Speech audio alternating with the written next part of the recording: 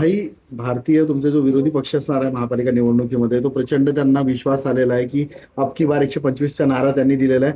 फक्त विरोधकांच्या 3च जागा निवडून येतील अशा पद्धतीचा त्यांचा दावा आहे. एकूणच त्यांनी ईव्हीएम सेट केल्यात का की खरंच एवढं त्यांचे उमेदवार निवडून येऊ शकतात?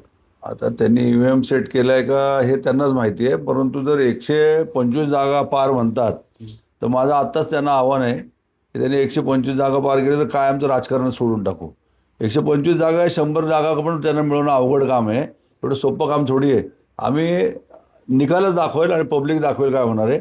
कारण एवढा प्रचंड ओव्हर कॉन्फिडन्स जे दाखवत आहेत आणि वास्तविक पाहता हे फोडाफोडीचं जे राजकारण सुरू आहे त्या राजकारणामध्ये ते लोकांना असंच सांगतात की ईव्हीएम मशीनमध्ये 2000-2500 मतं तुम्हाला आपोआप मिळतील आणि काय तुम्हाला बाकीची सगळी मदत आम्ही करू, तुम्ही आमच्याकडे या, अशाच पद्धती झाल्या. आणि जी लोकं आम्हाला सोडून गेलेली आहेत ते मी मागे पण सांगितलं तुम्हाला की ज्यांना स्वतःच्यावर विश्वास नाही, ज्यांना असं वाटतं की आपण या राष्ट्रवादीकडनं किंवा निवडून येऊ शकत नाही.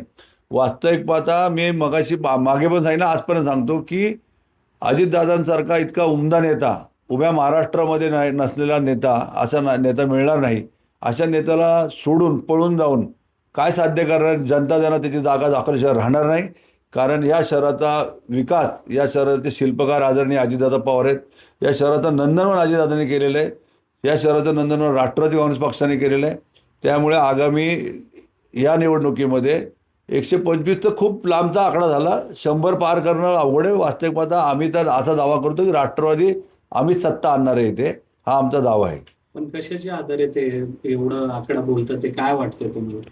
आता आमच्यातले काय 7-8-10 लोक जिथे गेल्यामुळे ते असा आत्मविश्वास दाखवत आहेत. ब्लाइंड आहे, त्याला म्हणतो ब्लाइंड फेथ. हा blind faith and blind confidence आहे, याच्यामध्ये काहीच तथ्य नाही आहे. आता मी वास्तविक पाहता अशी मी एक 7-8-10 वॉर्ड सांगू शकतो की तिथला त्यांचा एकही उमेदवार येणार नाही. परंतु आता आगामी काळात दाखवेल त्याला. त्यामुळे त्या घमंडीमध्ये, त्या ओव्हर कॉन्फिडन्समध्ये त्यांना राहू द्या. शेवटी जनता जनार्दनाला कळते काय या शहरासाठी अजित पवारांनी काय केले. एखाद्या आंधळ्याला जरी विचारलं तर सांगू शकतो. त्यामुळे आगामी निवडणुकीमध्ये काय ह्याचे चित्र दिसणार आहे तुम्हाला लवकरच कळेल.